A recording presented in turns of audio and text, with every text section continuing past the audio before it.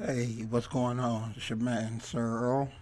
Today is July 14th, 2019, and I'm coming at you. I kind of, it's been, I've got everything today. All the stuff to do my podcast. I had to run back and forth up to my club about two, three times, which is unlike me. I'm not very forgetful. So I'm not really sure what's going on. But I was kind of debating what I was going to talk about this weekend. I had a lot of interesting comments. People sent stuff in about some of the things I wanted to cover. And, I don't do political things, which is a lot of requests that I get. I'm not a very, my opinions on politics are my own. Um, you know, I think that's an individual thing, and it's something that I try not to get involved in.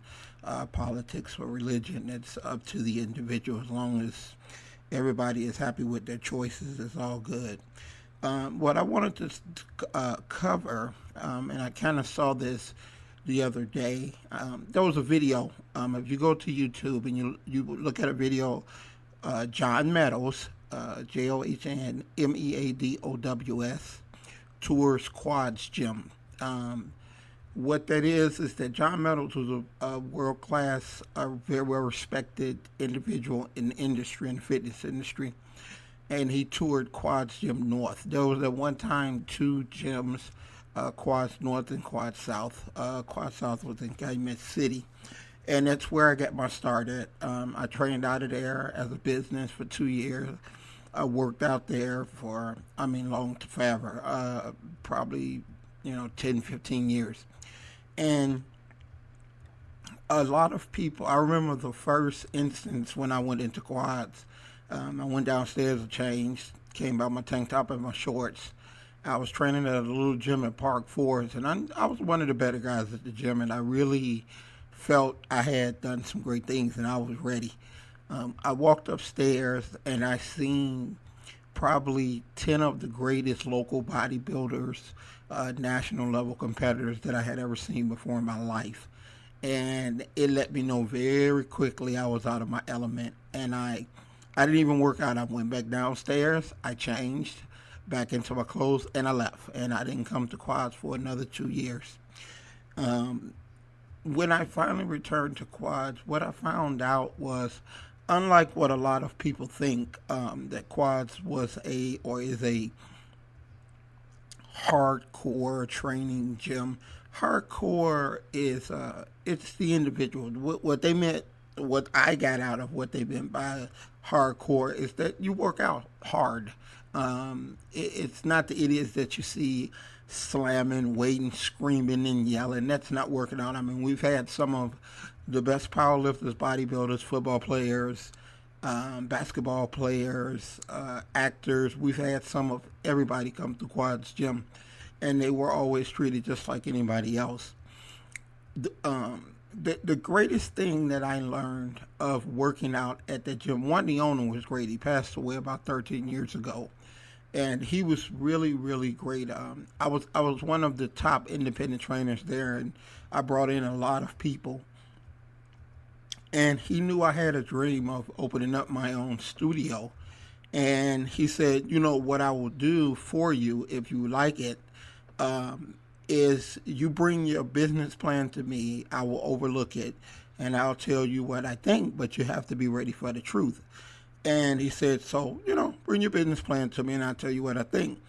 And I told him, well, the only problem is I have no idea what the hell a business plan is. So he taught me how to do a business plan, what it meant, how you laid it out, and over maybe a 2 year period, probably from the time I got there when I was working, I would bring him the business plan, and he would take a look at it, and he shot down probably the first 10 business plans I bought. And I started to think like, well, maybe this is not for me, and maybe I'm just not cut out to do this business. But the greatest thing that he did with every business plan that he looked at that he did not approve of, he would tell me why. This is too small. This place is too small. This place is too big. You're going downtown, you're going to pay too much. All your clients are out south, so why would you move? You have to start all over. So he always corrected me of why he didn't think it would work. Now, this was the guy that had been in the gym business about 25 years at that time, and I really felt he knew a lot because the average gym you may get 5, maybe 10 years out of it.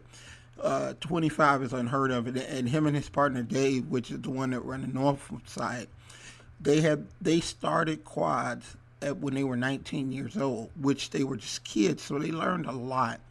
And he was passing that information on to me, and we just didn't talk.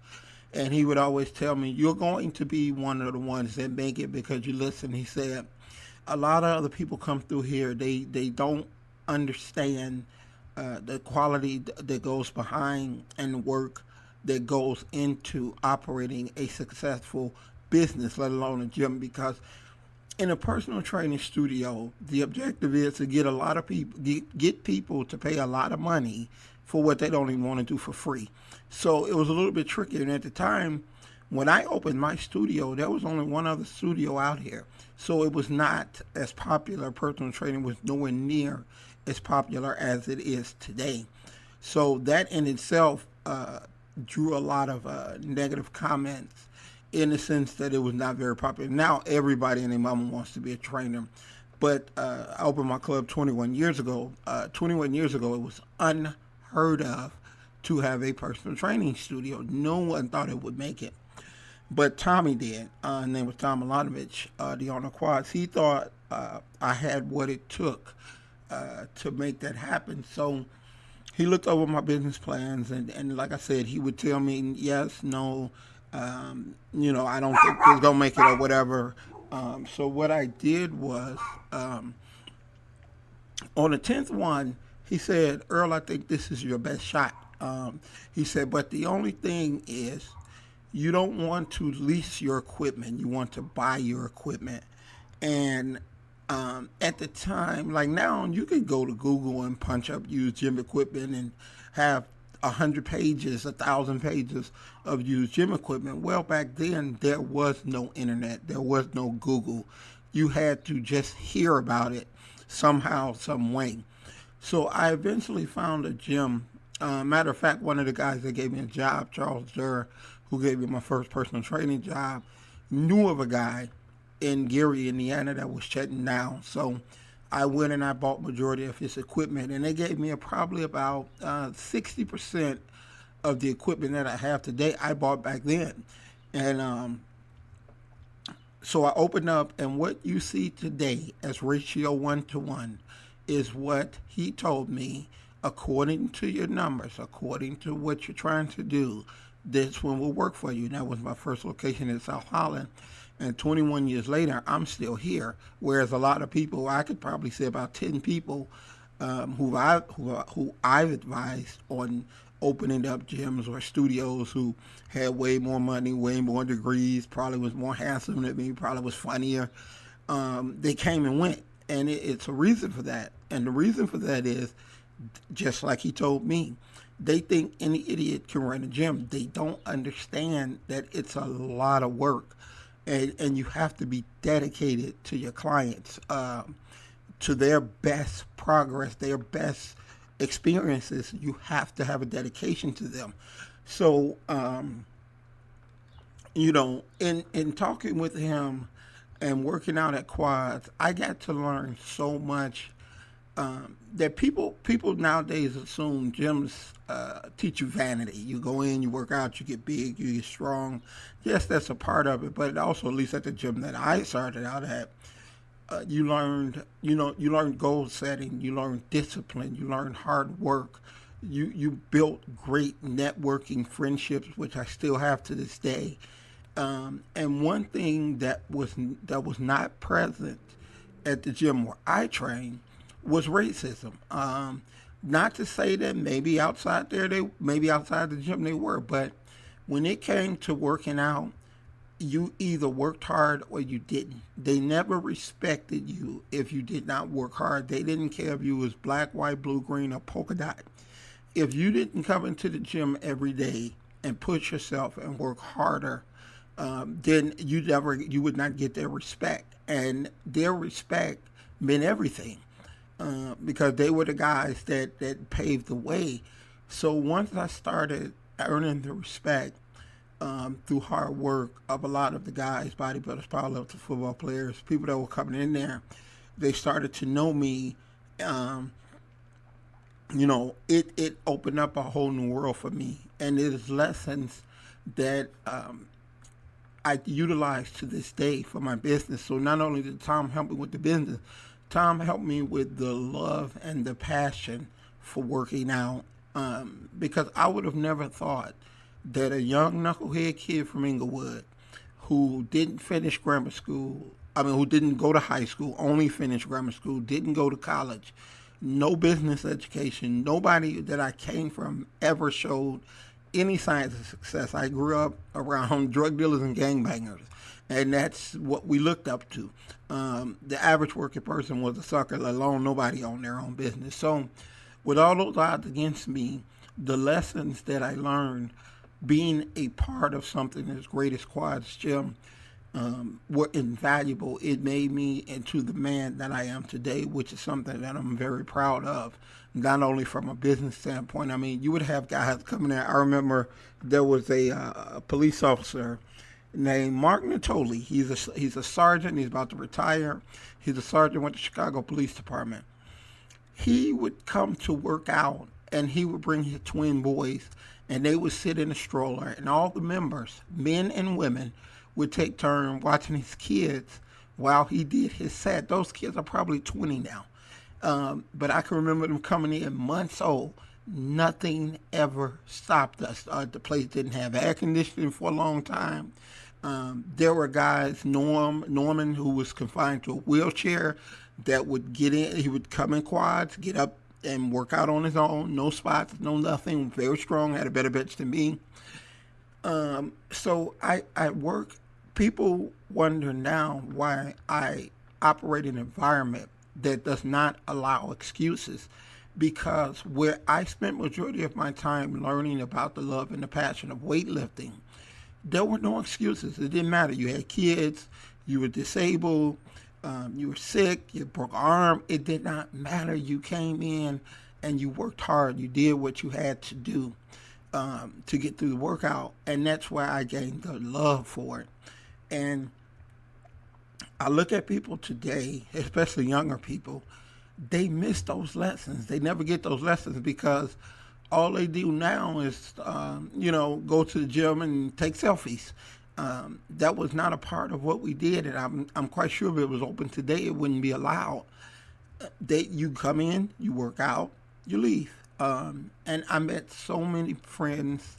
It was so many lessons that I learned about life that I picked up there. And what brought me to that memory was the video that I saw of John Meadows interviewing Dave DeYoung, which I know Dave very well. I knew before they opened up Quads North, him and Tommy both were out south, so I know Dave very well. And I told him, I texted him and I let him know, hey, look, without you guys and your effort and your love for the sport, now remind you, Quads is a world. Now, I didn't say suburb, I didn't say city, I didn't say state. Quads is a world-renowned gym. You go any place in the world and you say Quads Gym, they will know what you are talking about. It was voted third in Muscle and Fitness and Flex, behind Bear Francis Gym in New York, Venice Beach in California, and then Quads Gym. They were voted the third best gym in the world. And it shows they're all about equipment. That's where I get it from. I love equipment. I love having a lot of equipment. I love having people having a lot of choices that equipment brings. So all of that I learned from there. And it brought back, as I watched the video and I watched Dave, it brought back so many really, really good memories of the days that I spent there. No air conditioning, sweating, hot, no excuses, working hard, me seeing the guys. I mean, it was a time of my life that was just probably one of the greatest experiences over, I think I might have trained in quad definitely well over 10 years. Everything that I am in this industry, I owe to the lessons that I got from Quads Gym. There's nothing else like it. It's one of the reasons why I have a strong desire to open up a gym, because I know the lessons that people should learn or people should get from a gym. It's not just come in, lift a weight, holler, scream, get big arms. It's so much more than that, and people miss it because that type of place don't exist anymore. Because actually South is not open because Tommy passed away. I'm quite sure it's still prevalent up north, and it's I never knew until my friend died recently. My best friend for over 45 years. I never knew the pain that Dave probably was feeling of losing a friend that he knew his whole life. And they started this business at 19. No one ever gave him a chance of doing anything. And they wound up becoming one of the greatest gyms in the world. If I could develop ratio, if I can develop another gym, and one day people look at the lessons that it taught them and they're better people because of it, everything, every heartache, every sacrifice was worth it. We do that with our clients a ratio 1-to-1. But I feel we're missing it with the younger generation, and it's something that, when given the opportunity, when I want to give back, I want to develop something that they could come in and they could learn and understand the same things that working out at a great facility like Quads taught me. It was life changing. I would not be the person, the man who I am today without Quads Gym. So that's what I want to speak about today, is that a great gym, a great workout facility offers so much more than taking selfies and hitting on women. This whole generation misses the true lessons of what a great facility should should teach you. So with that, I'm going to shut it down. Like I said, today is July 14th. It's a Sunday. I ask that you continue to recommend this podcast to people. We're definitely picking up a lot. We get a lot of downloads.